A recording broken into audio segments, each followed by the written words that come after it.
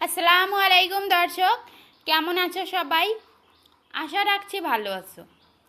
আল্লাহর রহমতে আমরাও ভালো আছি।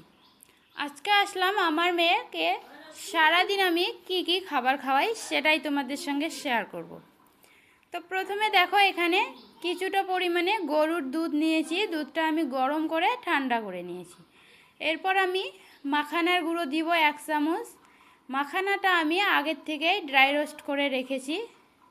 1 চামচের মতো বাদাম গুঁড়ো দিব আর একটুখানি মিশ্রি গুঁড়ো করে রেখেছি, মিষ্টি হওয়ার জন্য একটু মিশ্রি দিয়ে দিব।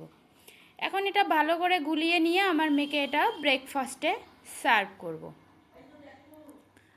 মাখানাতে প্রচুর পরিমাণে nutrition, calcium, iron, magnesium, vitamin E, vitamin B6 থাকে, তাই আমি সকালের ব্রেকফাস্টটা একটু হেলদি দিই। এখন আমি মধ্য সকালে ওর জন্য নিয়েছি শশা। 3 পিসের মতো শশা কেটে ওর হাতে দিয়েছি, এতে করে ও নিজে হাত দিয়েও খাওয়ার অভ্যাসটা আসবে।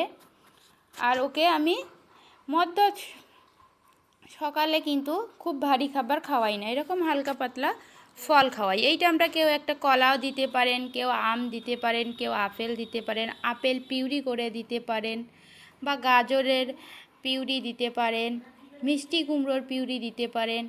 আমি আজকে ওকে শশা দিয়েছি। তো দেখো, ও কিন্তু শশাটা খুব সুন্দরভাবে নিজে হাতে তুলে খাচ্ছে, আমাকে কিন্তু খাইয়ে দিতে হয়নি। 2 হাতে নিয়ে দুটো খাচ্ছে। এরপর দেখো, আমি দুপুরে ওর জন্য খিচুড়ি রান্না করেছি। আর খিচুড়ির জন্য এখানে কিছুটা পরিমাণে সবজি নিয়েছি। সবজি হিসাবে নিয়েছি আলু, রান্নার আলু, তারপর নিয়েছি পটল কুচি, আর নিয়েছি কোয়াশ কুচি। তোমরা তোমাদের পছন্দ মতো সবজি নিতে পারো। এরপর মুগ ডাল এবং চালটা ভালো করে ধুয়ে আমি খিচুড়ির মধ্যে দিয়ে দিলাম। আর এখন আমি সামান্য পরিমাণে লবণ, একটু হলুদ গুঁড়ো দিব। এরপর আমি একটু ভাজা জিরে দিব। জিরের গুঁড়োটা কিন্তু আমি আগের থেকেই ভেজে তারপর ওর জন্য গুঁড়ো করে রেখেছি। এখন আমি একটা এলাচ দিব, যেন ভালো একটা ফ্লেভার আসে। তো সব কিছু দিয়ে এখন আমি প্রেসার কুকারের ঢাকনাটা বন্ধ করে দিব, আর প্রয়োজন মতো সিটি দিয়ে এটাকে নামিয়ে নিব। দেখো, আমি সেদ্ধ করে নিয়েছি, আর প্রেসার কুকারের উপরে কিন্তু একদম ছড়িয়ে ছিটিয়ে পড়েছে, একদম ভালো মতো সেদ্ধ হয়ে গেছে। এটাকে আমি এখন ফোড়ন দিয়ে নেব। ফোড়ন হিসাবে নিয়েছি এখানে 1 চামচ ঘি। অবশ্যই ঘি অথবা বাটার খাওয়াবেন বেবিদেরকে, ঘিতে রয়েছে গুড ফ্যাট। আর একটু যদি ঘিয়ের পরিমাণটা বেশিও হয়ে যায় তবুও কিন্তু কোনো অসুবিধা নেই।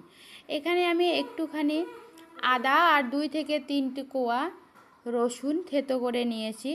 আর এখানে দেব আস্ত গোটা জিরে।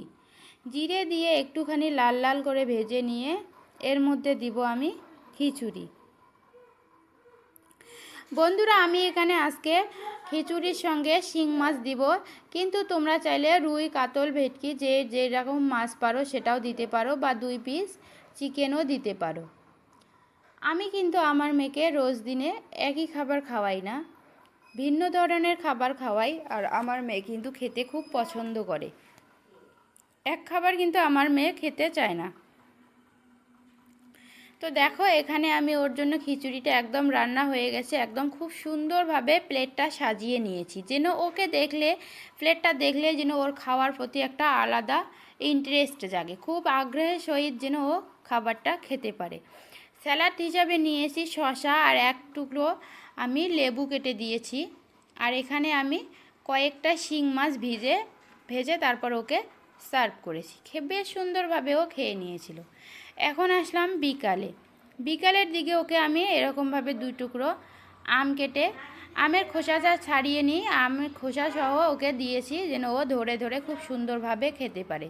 তো ও খুব সুন্দরভাবে খাচ্ছে এবং খেলছে, ওর থেকে আমটা তুলে আমার মাকে দিচ্ছে।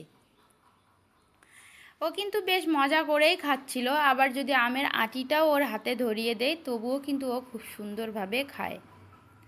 তো যাই হোক, এখানে তোমরা চাইলে মসুর ডালের পিউরি দিতে পারো, আপেল সেদ্ধ দিতে পারো। এই টাইমটায় কেউ একটু আপেল দিয়ে সুজি রান্না করে দিতে পারো।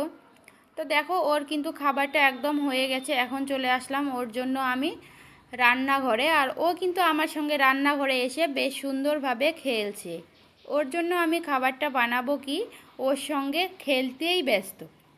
তো চলো, এখন আমি বাড়ির জন্য সবার জন্য রুটি করেছিলাম, তো সেই রুটি ওকে আজকে রাত্রিবেলা দিয়ে থাকবো।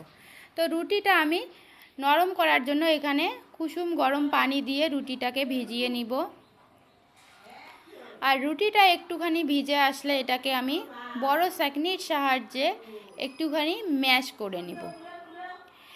সলিড খাবার শুরু করার পর বন্ধুরা এরকম একটা বড় ছাঁকনি কিন্তু খুবই প্রয়োজন হয় মায়েদের, আর আমিও এই ছাঁকনিটা অনেক প্রয়োজনে ব্যবহার করি।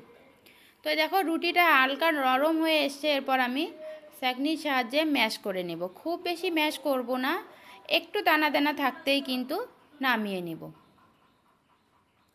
এরপর দেখো এইরকম অবস্থায় আমি এটাকে নামিয়ে নিচ্ছি।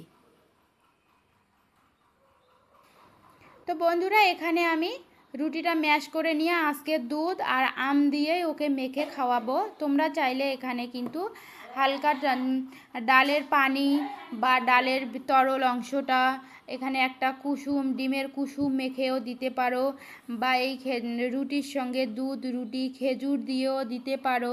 খেজুরটাকে পিউরি করে নিবে, সেটা দিয়েও দিতে পারো। এই দুধ রুটির সঙ্গে এই আমের জায়গায় একটা কলা ম্যাশ করেও দিতে পারো। তো আজকে আমি দুধ রুটি আর আমটাই আমার মেয়েকে খাওয়ালাম। তো ঠিক আছে বন্ধুরা, আজকে এই পর্যন্ত।